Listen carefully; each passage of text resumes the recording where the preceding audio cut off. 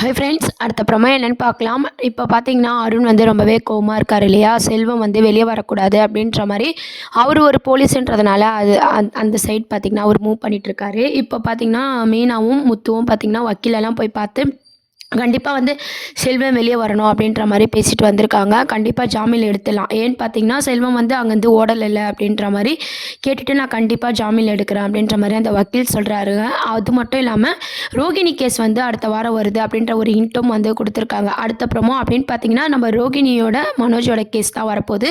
அதுக்குள்ளே நம்ம மனோஜை வந்து எப்படின்னா சரி கட்டணும் அப்படின்னு சொல்லி தான் விடாமல் பார்த்தீங்கன்னா மனோஜ் பேசலனாலும் மனோஜுக்கு வந்து ரோகிணி கால் பண்ணிக்கிட்டே இருக்காங்க. என்ன தான் கால் பண்ணாலும் மனோஜும் பார்த்தீங்கன்னா அதை எடுத்து காதில் வைக்கிறாரு. நம்ம ரோகிணி நினைக்கிற மாதிரி தான் மனோஜும் வந்து நடந்துக்கிறாரு. அதனால் பார்த்திங்கன்னா மனோஜ் மனசை எப்படின்னா மாற்றி நம்ம தனியாக கூட்டு போய் வாழணும் அப்படின்ற மாதிரி ரோகிணி ஒரு பக்கம் யோசிச்சுட்ருக்காங்க. இந்த மாதிரி ஒரு ட்ராக் தான் போயிட்டுருக்கு. இப்போ செல்வத்துக்கு வந்து ஜாமீன் கிடைக்க போகுது. இதுக்கு எல்லாமே காரணம் முத்து தான் அப்படின்னு சொல்லிட்டு அருண் பார்த்திங்கன்னா நம்ம முத்துவை வந்து பழி வாங்கணும், முத்து நல்லா இருக்கக்கூடாது அப்படின்ற மாதிரியே ஒரு வன்மத்தை வந்து வளர்த்துக்கிறாரு. இதனால் பார்த்திங்கன்னா நம்ம சீதாவுக்கு தான் ரொம்ப நெருக்கடியாக இருக்குது. ஒரு பக்கம் அக்கா மாமா இன்னொரு சைடு வந்து மாமியார் இறந்துட்டாங்க, இவர் இப்படிலாம் பேசிகிட்ருக்காரு அப்படின்னு சொல்லி சீதா ஒரு பக்கம் ஃபீல் பண்ணிகிட்ருக்காங்க. சீதா வந்து அவங்க அக்கா கிட்டே இனிமேல் பேசக்கூடாது அப்படின்ற மாதிரி அருண் சொல்லிட்டுருக்காங்க. உடனே சீதா பார்த்திங்கன்னா இதெல்லாம் நீங்கள் சொல்லாதீங்க அப்படின்னு சொல்லி அருணுக்கும் சீதாவுக்குமே ஒரு பிரச்சனையாக வருது. அப்போவே சொன்னோம் கேட்டியா, இந்த கல்யாணம் வேணாம் அப்படின்ற மாதிரி நம்ம சீதாவோட அம்மா எல்லாருமே வந்து யோசிச்சுட்ருக்காங்க. அந்த மாதிரியான ட்ராக் தான் அடுத்து வரப்போகுது. அப்புறம் பார்த்திங்கன்னா நம்ம செல்வம் வந்து இந்த கேஸ்லேருந்து வெளியே வரல, ஜாமீனில் தான் வெளியே வந்திருக்காரு. தொடர்ந்து பார்த்திங்கன்னா அருணால் வந்து நம்ம செல்வத்துக்கு பிரச்சனை வரப்போகுது. முத்து தான் அதிலேருந்து காப்பாற்ற போகிறாங்க. அந்த மாதிரியான ட்ராக் தான் கொண்டு வர போகிறாங்க. அதுக்கப்புறம் ரவி ஸ்ருதியோட சீன்ஸ்லாம் வந்து கொஞ்சம் காட்டுறாங்க. அதாவது பார்த்திங்கன்னா இப்போ வந்து நம்ம ரவி வந்து போய் கத்திட்டு வந்தார் இல்லையா? இது வந்து விஜயாவே பார்த்திங்கன்னா நம்ம ஸ்ருதியோட அப்பா அம்மாவுக்கு தான் சப்போர்ட் பண்ணுறாங்க. ஆனால் ரவி பார்த்திங்கன்னா நேர்மையாக நடந்துக்கிறாரு அப்படின்ற மாதிரி முத்து அப்படிலாம் பேசிகிட்டு இருந்தாங்க. இப்போ பார்த்திங்கன்னா நம்ம ரவி ஸ்ருதி எப்படின்னா சேர்த்து வைக்கணும் அப்படின்னு சொல்லி நம்ம முத்து மீனாவும் வந்து எப்பவும் போல் யோசிக்கிறாங்க. அதுக்கு ஒரே வழி பார்த்திங்கன்னா நீத்து வந்து மன்னிப்பு கேட்கணும், நீத்து மன்னிப்பு கேட்பாளா அப்படின்ற மாதிரி யோசிச்சுட்ருக்காங்க. கண்டிப்பாக நீத்து எப்படின்னா ஒத்து கேட்கணும் அப்படின்ற மாதிரி வந்து மீனாவும் வந்து ஹெல்ப் பண்ண போகிறாங்க. இப்போ வந்து பார்த்திங்கன்னா மனோஜ் ரோகிணி கேஸ் ஒரு பக்கம் இருந்தாலும் நம்ம செல்வத்தை ஜாமீனில் எடுக்கிறாங்க. அதே சேம் டைம்ஸ் பார்த்திங்கன்னா ரவியோட ஸ்ருதியோட பிரச்சனையாகவும் இருக்குது. நம்ம ஸ்ருதி என்ன தான் நியாயமாக பேசினாலும் வந்து ரவி மேலே கோவமாக தான் இருக்காங்க. ரவியும் பார்த்திங்கன்னா நம்ம நீத்துக்கு ஹெல்ப் பண்ணுறது மூலமாக ரவிக்கும் ஸ்ருதிக்கும் இன்னும் பார்த்திங்கன்னா பிரச்சனை வந்து இன்னும் பெருசாக தான் ஆக போகுது. இதை வந்து நீத்து வந்து யூஸ் பண்ணிக்க போகிறாங்க. இந்த அளவுக்கு காலை உடைச்சிட்டிங்களே, எப்படி நான் சும்மா விடுவேன் அப்படின்னு சொல்லிட்டு இதுக்கப்புறம் உன் பொண்ணு வாழ்க்கை என்ன ஆகுது பாரு அப்படின்ற மாதிரி நீத்து வந்து வில்லித்தனமாக மாறதுக்கான சான்சஸ் வந்து நிறையவே இருக்குது. கண்டிப்பாக பார்த்திங்கன்னா ஸ்ருதி ரவி இதுக்கப்புறம் வந்து கொஞ்சம் நாளைக்கு பிரிஞ்சிருக்கிற மாதிரி தான் காட்ட போகிறாங்க. நீத்து வந்து அவங்க வேலையை காட்ட போகிறாங்க. இந்த ஆக்சிடென்ட் ஆனதை வந்து யூஸ் பண்ணிவிட்டு ரவிக்கிட்டே எப்படிலாம் க்ளோஸாக பழக்கலாம் அப்படின்ற மாதிரி அவங்க வேலையை வந்து காட்ட போகிறாங்க. அதை பேஸ் பண்ணி தான் மூவ் பண்ண போகிறாங்க. அதுக்கப்புறம் பார்த்திங்கன்னா நம்ம ரோகியோட வில்லத்தனம் ஏற்கனவே வந்து ஃப்ரெண்டுன்ற முறையில் வந்து நம்ம மனோஜை வந்து வெறுப்பேற்றிட்ருக்காங்க இல்லையா? அதிகமாக வெறுப்பேற்றி மனோஜை வந்து இது பண்ணிகிட்ருக்காங்க.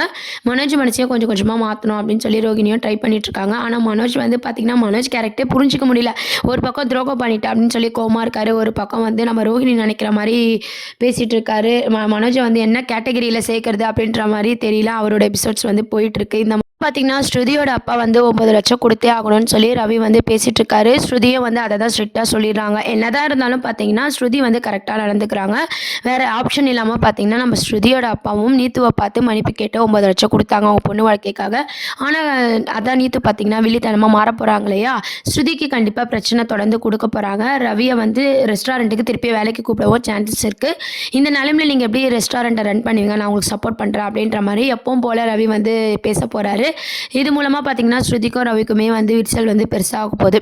அதுக்கப்புறம் பார்த்திங்கன்னா விஜயா வந்து ஒரு பக்கம் யோசிச்சுட்டு இருக்காங்க.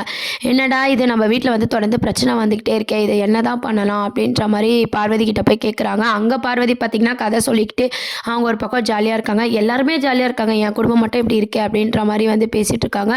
நல்லது நினச்சா நல்லா இருப்போம் அப்படின்ற மாதிரியான டைலாக்லாம் பேசி தான் மூவ் பண்ணிகிட்ருக்காங்க. இதெல்லாம் தான் அடுத்த ப்ரோமோவாக இருக்குது. என்ன ஆக போகுதுன்னு சொல்லி வெயிட் பண்ணி தான் பார்க்கணும். இப்போ பார்த்திங்கன்னா நம்ம மீனை வந்து பூக்கடை ஆரம்பித்தாங்க இல்லையா? அந்த பூக்கடை பிஸ்னஸ் வந்து நல்லா போயிட்டுருக்கு. இதை வந்து சிந்தாமணிக்கு எடுக்கிற மாதிரி மாதிரியான சீன்ஸும் வந்து நடுவில் காட்ட போகிறாங்க. நம்ம சிந்தாமணி பார்த்திங்கன்னா அந்த பூ கட்டுற பிஸ்னஸை எப்படி கெடுக்கலாம் அப்படின்ற மாதிரி பார்க்குறாங்க. ஏற்கனவே சிந்தாமணி அவங்க பொண்ணுக்கு வந்து சொல்லியிருக்காங்க இந்த மாதிரி வேலையெல்லாம் நான் பண்ண மாட்டேன்னு சொல்லிட்டு. இருந்தாலும் பார்த்திங்கன்னா தொடர்ந்து சிந்தாமணியால் நம்ம மீனாக்கு வந்து பிரச்சனை வருது. இந்த விஷயம் கடைசியில் பார்த்திங்கன்னா சத்யா வந்து லவ் பண்ணும்போது தான் பார்த்திங்கன்னா வெளியே வரப்போது அது சிந்தாமணியோட பொண்ணு அப்படின்னு சொல்லிட்டு அதுவும் வந்து ஒரு சஸ்பென்ஸோட மூவ் பண்ணியிருக்காங்க. அந்த ட்ராக் தான் கொண்டு வராங்க. இதை பற்றி நீங்கள் என்ன நினைக்கிறீங்க அப்படின்றத கீழே கமெண்ட் செக்ஷனில் சொல்லுங்கள். அது இப்போ பார்த்தீங்கன்னா செல்வத்துக்கு ஜாமீன் கிடச்சிருது. இது மூலமாக அருண் வந்து முத்துவை என்ன பண்ண போகிறாரு அந்த ஒரு ட்ராக்கும் ஸ்ருதியோ ரவியோட சீன்ஸும் தான் கொண்டு வர போகிறாங்க. இதெல்லாம் தான் அப்கமிங் ப்ரோமோவாக இருக்குது. என்ன ஆக போகுதுன்னு சொல்லி வெயிட் பண்ணி பார்ப்போம். தேங்க்ஸ் ஃபார் வாட்சிங்.